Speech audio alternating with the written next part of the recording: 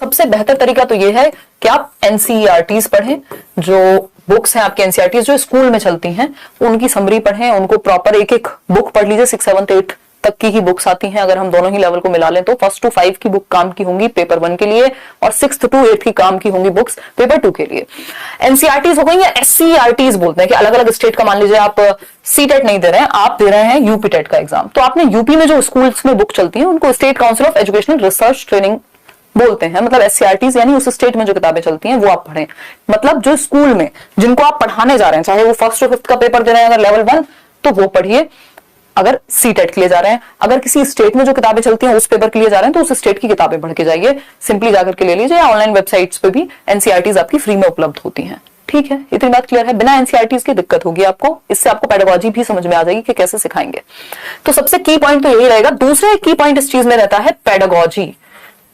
जब भी आप टेट एग्जाम की बात करेंगे, पेडागोजी यानी चाइल्ड डेवलपमेंट कह लीजिए, बाल विकास एवं शिक्षण शास्त्र, ये आपका सब्जेक्ट बहुत अच्छे से तैयार होना चाहिए। इसके लिए आप मेरे मैराथन सेशंस देख सकते हैं यूट्यूब पे ही फ्री में। स्ट्रेटजी वीडियोस मैंने अलग अलग टेट पे बनाई हुई है। प्रीवियस ईयर पेपर आप देख सकते हैं, है ना। ये NCERTs plus SCERTs plus previous year questions जो आपको किसी भी की भी, या तो आप कोई भी बुक ले लीजिए या फिर आप क्या कर लीजिए, कोई भी वेबसाइट से डाउनलोड कर लीजिए, जो भी सीटेट या किसी भी स्टेट टेट की वेबसाइट है। ये पेडागोजी आपको तैयार करनी पड़ेगी, जिसको child development and pedagogy CDP कहते हैं। ठीक है, इतनी बात होपफुली आपको क्लियर हो गई होगी कि बेसिक अगर आपको आज से तैयारी शुरू करनी है, एनसीईआरटीज हम पढ़ेंगे, पुराने पेपर करेंगे और एटलीस्ट 5 साल के पुराने कर लीजिए। ऐसा नहीं है कि अब आप 2011 से लेके बैठे, काफी पैटर्न में चेंज आ गया है, वो काम के नहीं है। और ऑनलाइन जो एग्जाम हुए हैं वो तो रिसेंट वाले तो देखने ही होते हैं, बहुत क्वेश्चन रिपीट होते हैं लगभग हर टेट एग्जाम में। तो पेडागोजी हमें अच्छी करनी है, एनसीईआरटीज पढ़नी है अलग अलग सब्जेक्ट की, और प्रीवियस ईयर क्वेश्चंस करने हैं।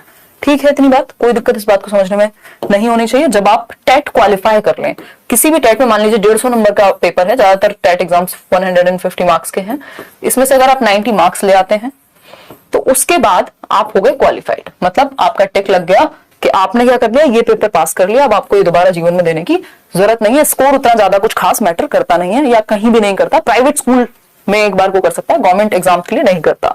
इसके बाद आपके पास रहते हैं 2 ऑप्शन, या तो आप प्राइवेट स्कूल में जाकर के इंटरव्यू दें और दिखाएं कि देखिए आपने टेट क्वालिफाई किया हुआ है, या फिर आप गवर्नमेंट स्कूल में जाकर के इंटरव्यू दें। ठीक है, अब बीच का रास्ता ये हो सकता है कि प्राइवेट या फिर एडेड भी कुछ स्कूल्स होते हैं जो गवर्नमेंट में, प्राइवेट हो गए, एडेड हो गए, गवर्नमेंट प्लस प्राइवेट जिनको हम एडेड कह रहे हैं। और इसमें साथ साथ कॉन्ट्रेक्चुअल जॉब्स भी निकलती हैं, चाहे वो केंद्रीय विद्यालय हो, चाहे वो दिल्ली गवर्नमेंट के स्कूल्स हो, वहां पे कॉन्ट्रैक्ट में वैकेंसीज निकलती हैं, जहां पे आपका टेट वगैरह या पूरी परसेंटेज लगाई जाएगी, तब आपको नौकरी मिलेगी।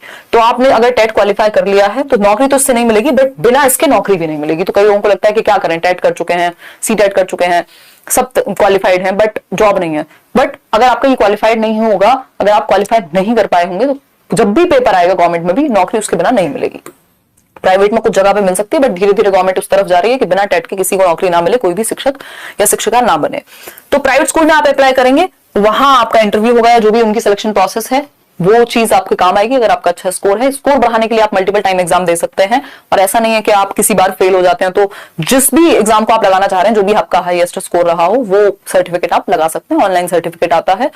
गवर्नमेंट स्कूल की अगर हम बात करें तो गवर्नमेंट स्कूल के लिए अलग अलग एजेंसीज हैं, चाहे वो केंद्रीय विद्यालय हो, चाहे वो Delhi subordinate services selection board हो, चाहे वो सुपर टेट जो यूपी गवर्नमेंट निकालती है वैकेंसी, अलग अलग स्टेट में वैकेंसीज निकलती रहती हैं, और चाहे वो नवोदय विद्यालय हो, चाहे वो एटॉमिक एनर्जी के स्कूल्स हो, चंडीगढ़ गवर्नमेंट के स्कूल्स हो, तो अलग अलग जगह पे गवर्नमेंट वैकेंसी निकालती है। आपको वो पेपर देना होता है। अगर पेपर के बाद इंटरव्यू है तो वो इंटरव्यू आप देंगे, नहीं तो कई जगह पे या ज्यादातर जगह पे आप एक पेपर देंगे, उसमें आप मेरिट में अगर आ जाते हैं तो आप क्या हो जाएंगे, बेसिकली आपको जॉब मिल जाएगी।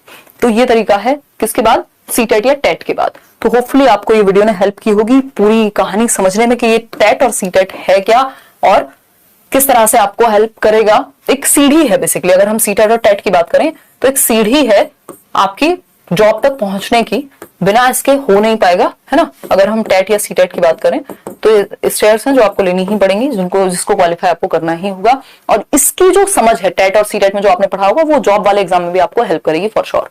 कब होगा एग्जाम, तो सेकेंड हाफ में अब हम कह सकते हैं, यानी जुलाई से दिसंबर के बीच में हमें कुछ एग्जाम्स देखने को मिलेंगे, चाहे वो यूपी टेट का अनाउंसमेंट हो, चाहे वो सी टेट का अनाउंसमेंट हो, है ना, चाहे वो बाकी एग्जाम्स का अनाउंसमेंट हो, तो एस टेट हो, इन सब की आप तैयारी अपनी